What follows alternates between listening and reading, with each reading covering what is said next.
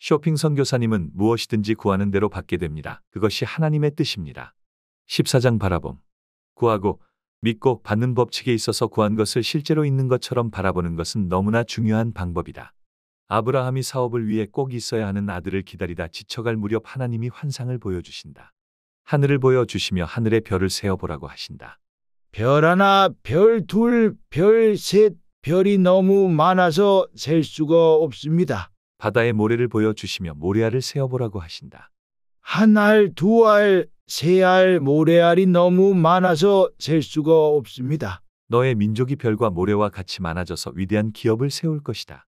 아브라함은 하늘의 별과 바다의 모래를 바라보며 흔들리지 않는 믿음으로 기도하며 견뎌낸다. 야곱은 꿈에 하늘을 오르내리는 천사를 보고 할아버지와 아버지의 기업을 이어가겠다는 결심을 한다. 야곱이 삼촌 집에서 종살이를 할 때 바라봄의 법칙을 갖추게 사용하여 큰 제산을 만들었다. 요셉은 꿈으로 자기의 미래를 보았다. 모세는 환상으로 천지창조의 과정부터 민족이 나라를 세울 때까지 바라보고 모세오경이라는 성경을 기록했다. 다니엘은 나랏 일을 할 때 환상으로 미리 알고 대처를 하였다.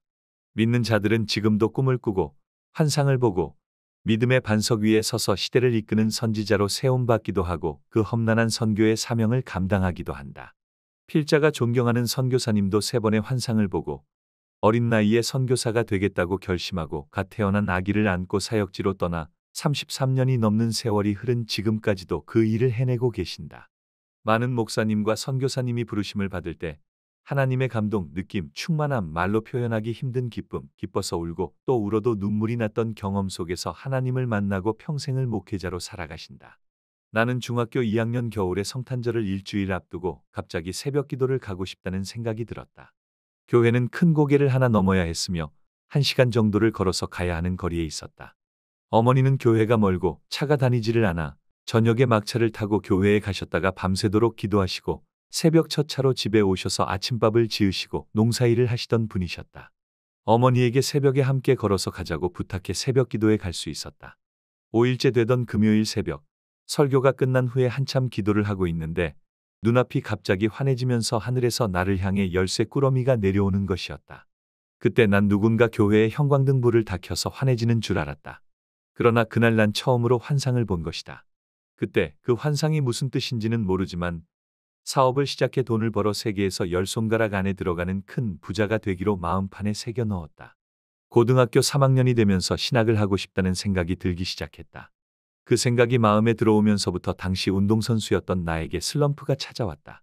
실력이 있던 선수는 평범한 선수로 추락했고 결국 체육특기자로 대학에 입학하는 것을 포기하고 신학교에 들어갔다. 이때부터 20년의 세월을 허비하기 시작했다. 신학을 하면 사업의 꿈이 떠오르고 사업을 하다 힘들면 주의 길을 가라고 하나님이 막으시나 싶어 또 신학을 하고 그러는 과정 중에 나와 가족들은 지쳐가고 있었다. 40대 초반 철야기도 중에 2번째 환상을 보았다. 하늘에서 천사들이 금은보화를 가지고 와 내 앞에 붙기 시작했다. 천사들은 쉬지 않고 계속 그 일을 하였고 어느새 금은보화가 지구를 돌아 내 등 뒤에까지 쌓였다. 잠깐 두려웠다. 이러다가 저 금은보화에 깔려 죽는 게 아닐까 하는 생각이 들었다. 그때 금은보화가 내 등에 닿았다. 그 순간 구름 위를 떠다니는 듯 기분이 좋고 마음이 편안했다. 40대 초반이 되어서야 비로소 나는 꿈과 인생의 열정을 다할 일을 바위처럼 단단하게 정했다. 어머니께서는 나라와 교회, 목사님과 가족을 위해 기도하는 사명으로 사신 분이다.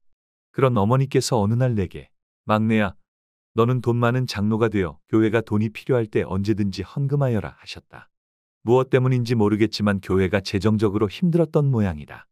유언처럼 남기신 이 말과 함께 하늘에서 내려온 열쇠 꾸러미는 매일 생생하게 들리고 보인다. 흔들리지 않는 사업을 시작한 지 4년이 지나고 40대 중반 즈음에 난 또 다시 꿈을 꾸었다. 내가 어딘가로 가고 있었는데 앞에 작은 휴게실 같은 건물이 보여서 들어갔다. 거기에는 누구나 다 아는 세계적인 부호들이 많이 있었다. 내가 물었다. 당신들은 어떻게 그렇게 큰 부자가 되었습니까? 그들은 한쪽 방향을 가리키며 저쪽을 향해 무엇이든지 물어보라고 했다. 그쪽을 바라보니 환하게 빛이 날 뿐 아무것도 보이지 않았다. 이 환상 같은 꿈을 꾸고 평생 이루어야 할 나의 사명을 정했다. 사명, 하나님 나라와 의를 위하여. 너희는 먼저 그의 나라와 그의 의를 구하라. 그리하면 이 모든 것을 너희에게 더하시리라. 그의 나라는 대한민국 교회의 모든 건축비를 청산하여 하나님의 성물이 온전히 복음을 위해 쓰이게 하는 것이다. 의는 모든 일을 함에 있어 기도로 하나님께 묻고 구하는 것이다. 계획. 대한민국은 세계에서 가장 가난한 나라이었지만 복음 강국을 선포한 대통령 이승만의 믿음 정신을 승계받아 더욱 강성하게 복음을 전하기 위해 기업을 성장시키고 자본을 만들어 대한민국 교회의 모든 건축비를 해결하고 건축비를 해결받은 교회는 은행에 내던 이자를 어린이, 청소년, 해외 선교에 사용하게 하여 교회 부흥이 계속되게 하는 것이다. 이렇게 바라봄의 법칙은 믿는 사람들의 신앙과 비전을 목표지로 안내하는 내비게이션이다. 선교를 후원하는 성도들은 기도하거나 꿈을 꾸는 중에 환상이라는 엄청난 경험을 한다. 환상을 보는 것은 현실 그 이상이며 마치 영상처럼 생생하고 감동과 감정 느낌을 그대로 느끼며 시간이 지나도 지워지지 않고 유지된다. 주님이 주시는 바라봄의 법칙을 사용하여 꿈과 목표를 이루는 선교를 후원하는 쇼핑 선교사님을 축복합니다. 나는 하나님이 창조하는 영의 세계를 알고 있다. 나는 그러하신 하나님께 무엇이든지 구하고 믿고 받으며 살아간다.